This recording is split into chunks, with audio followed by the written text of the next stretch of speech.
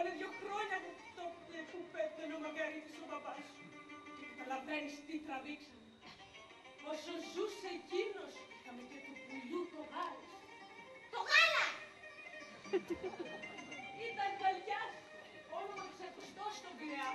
Αφού ακόμα και τώρα μπορείς να ακούσεις τους πάντες να παίρνουν όρκο μετά το φιλίνο. Δεν θα υπάρξει άλλος τέτοιος τεχνίτης. Πότε λοιπόν εκείνος πέθανε, εγώ πούλησα για 2 μνές τις μπαζιές, Το αμμόνι και το σπυρί του. κι έτσι ζήσαμε. Ύστερα, τη μία υφαίνοντας, την άλλη γνέφοντας και κλώθοντας το στιμόνι, είδα και έπαθα για να κερδίσω το ψωμί μας.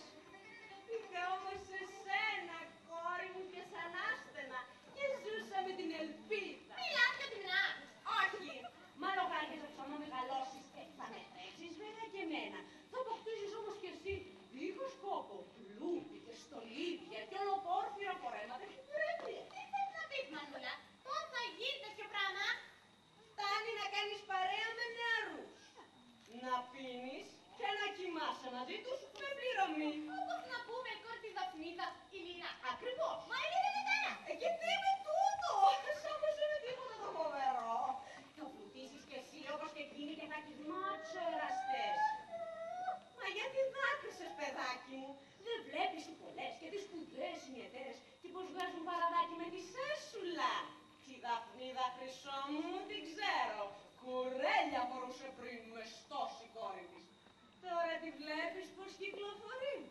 Ξαφνικά, φορέματα και 4 υπηρέτριες. Και πώς τα απόκτησε η Λύρα όλα αυτά? Κάτσε κάτω και πράτα σημειώσεις για να κάνεις και εσύ τα ίδια. Πρώτα, στολίζεται ωραία. Προσέχει τους τρόπους της και είναι χαριτωμένη και πρόσχωρη με όλους. Όχι όμως σε σημείο που να κασκογελάει με το παραμικρό. Όπως το συνηθίζεις εσύ. Παρά μόνο με χαμόγελο γλυκό και εγωιτευτικό. Κατάλαβες? Καλά. Ύστερα ξέρει να φέρεται με ξυπνάδα. Ούτε κοροϊδεύει κανέναν από αυτούς που την περιτριγυρίζουν, ούτε και φορτώνεται στους άντρες.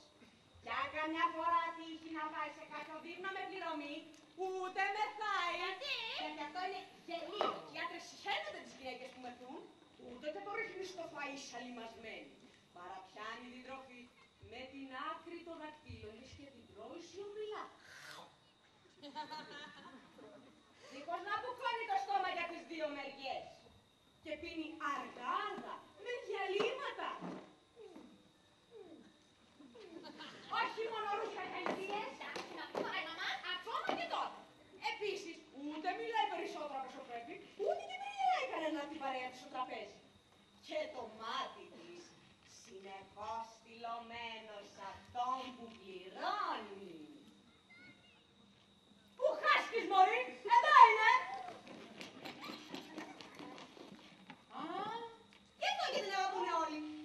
Ύστερα, αν τύχει να πλαγιάσει με κάποιον με πληρωμή, ούτε του δείχνεται ξαναμένη και ξεδιάντροπη, ούτε όμως και ψυχρή. Παρά η μόνη της έννοια είναι πως θα τον πλανέψει. Για να τον κάνει εραστή της. Γι' αυτό και την αγαπούνε όλοι. Αν τα κάνεις λοιπόν και εσύ όλα αυτά, θα δούμε άσπρη μέρα. Στο κάτω-κάτω όλα τα άλλα σου τα έχεις πολύ πιο λαχταριστά από τη Λύρα.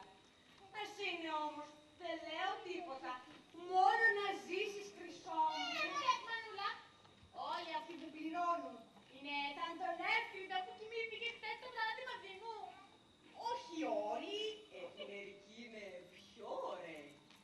Άλλοι πάλι οριμότεροι στην ηλικία. Είναι και αυτοί που έχουν το μαύρο του στο χάλι. Πού να κοιμάμαι και με τέτοιο. Αυτούς προβάλλουν, παιδάκι μου, γιατί πληρώνουν τα περισσότερα. Οι ωραίοι νομίζω πως πληρώνουν με την ομορφιά τους. Εσύ όμως με κοιτάς πάντα τα περισσότερα. Αν θέλεις όλες τους να σε δείχνουν με το δάχτυλο και να λένε Τη βλέπεις την κόρη Νάτη, την κατέρα της προβίλης. Τι χρήμα έχει μαζέψει και πόσο ευτυχισμένη έκανε τη μαμά της. Τι